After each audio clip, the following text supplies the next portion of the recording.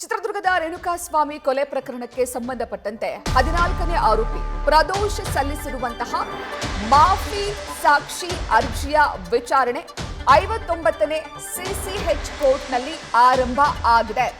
ಪರಪ್ಪನ ಅಗ್ರಹಾರದಲ್ಲಿರುವಂತಹ ಆರೋಪಿ ದರ್ಶನ್, ಪವಿತ್ರ ಗೌಡ ಸೇರಿದಂತೆ ಉಳಿದ ಆರೋಪಿಗಳು ವಿಡಿಯೋ ಕಾನ್ಫರೆನ್ಸ್ ಮೂಲಕ ವಿಚಾರಣೆಗೆ ಹಾಜರಾಗಿದ್ದಾರೆ.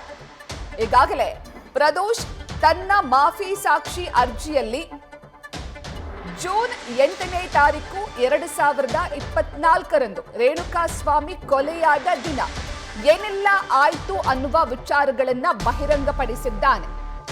ಸಂಪೂರ್ಣವಾದಂತಹ ವಿಚಾರ, ಸ್ಟೋನಿ ಬ್ರೂಕ್ ರೆಸ್ಟೋರೆಂಟ್ನಲ್ಲಿ ಮೀಟ್ ಮಾಡಿದ್ದಂಥದ್ದು, ಅದಾದ ನಂತರ ಆರೋಪಿ ಪವನ್ ಆ ರೆಸ್ಟೋರೆಂಟ್ಗೆ ಬಂದು ಫೋನ್ನಲ್ಲಿ ಏನೋ ತೋರಿಸಿದ್ದು, ಅದಾದ ನಂತರ ದರ್ಶನ್ ಪವಿತ್ರ ಗೌಡಗೆ ಕರೆ ಮಾಡಿದ್ದು, ಅಲ್ಲಿಂದ ಪವಿತ್ರ ಗೌಡ ಮನೆಗೆ ಹೋಗಿ ಪವಿತ್ರ ಗೌಡರನ್ನು ಕರೆದುಕೊಂಡು ಪಟ್ಟಣಗೆರೆ ಶೆಡ್ಡಿಗೆ ಬಂದಿದ್ದು, ಶೆಡ್ಡಿಗೆ ಬಂದು ರೇಣುಕಾಸ್ವಾಮಿ ಮೇಲೆ ಹಲ್ಲೆ ಮಾಡಿದ್ದು, ದರ್ಶನ್ ಮೊದಲಿಗೆ ಅವಾಚ್ಯ ಶಬ್ದಗಳಿಂದ ನಿಂದಿಸಿದ್ದು, ಅದಾದ ನಂತರ ದರ್ಶನ್ ರೇಣುಕಾಸ್ವಾಮಿ ಖಾಸಗಿ ಅಂಗಕ್ಕೆ ಹಲ್ಲೆ ಮಾಡಿದ್ರು.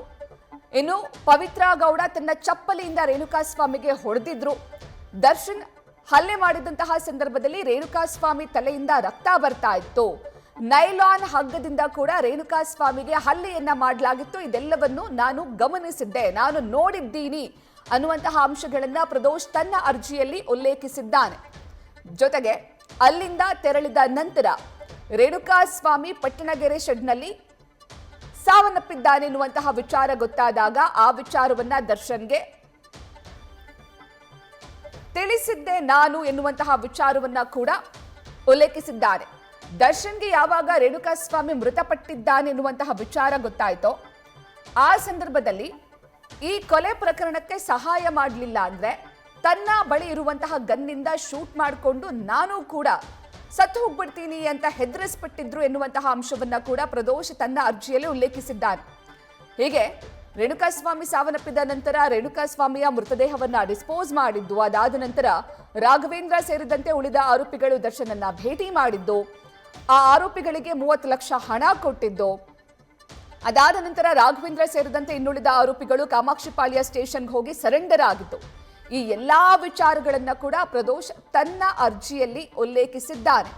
ಹಾಗಾಗಿ ಈ ಎಲ್ಲಾ ವಿಚಾರಗಳು ಸತ್ಯ ಅನ್ನೋದು ಪ್ರೂವ್ ಆದ್ರೆ ದರ್ಶನ್ಗೆ ಸಂಕಷ್ಟ ಕಟ್ಟಿಟ್ಟ ಬುತ್ತಿ.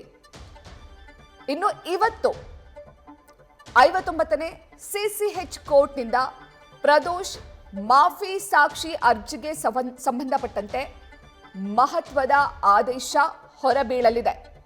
ನಿನ್ನೆಯೂ ಕೂಡ ಕೋರ್ಟ್ನಲ್ಲಿ ವಿಚಾರಣೆ ನಡೆದಿತ್ತು. ವಿಚಾರಣೆಯ ಸಂದರ್ಭದಲ್ಲಿ ಆದೇಶವನ್ನ ಇಂದಿಗೆ ಕಾಯ್ದಿರಿಸಲಾಗಿತ್ತು. ಈಗಾಗಲೇ ಕೋರ್ಟ್ನಲ್ಲಿ ವಿಚಾರಣೆ ಹಾಜರಾಗಿದೆ.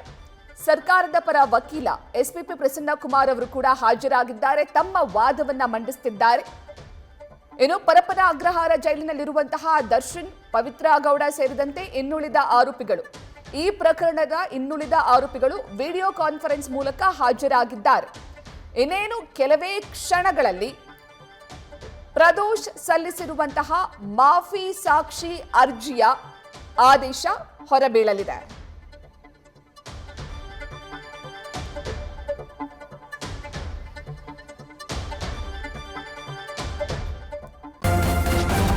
ನ್ಯೂಸ್ ಫಸ್ಟ್, ನಿರ್ಭೀತಿಯಿಂದ ನಿಮ್ಮ ಪರವಾಗಿ.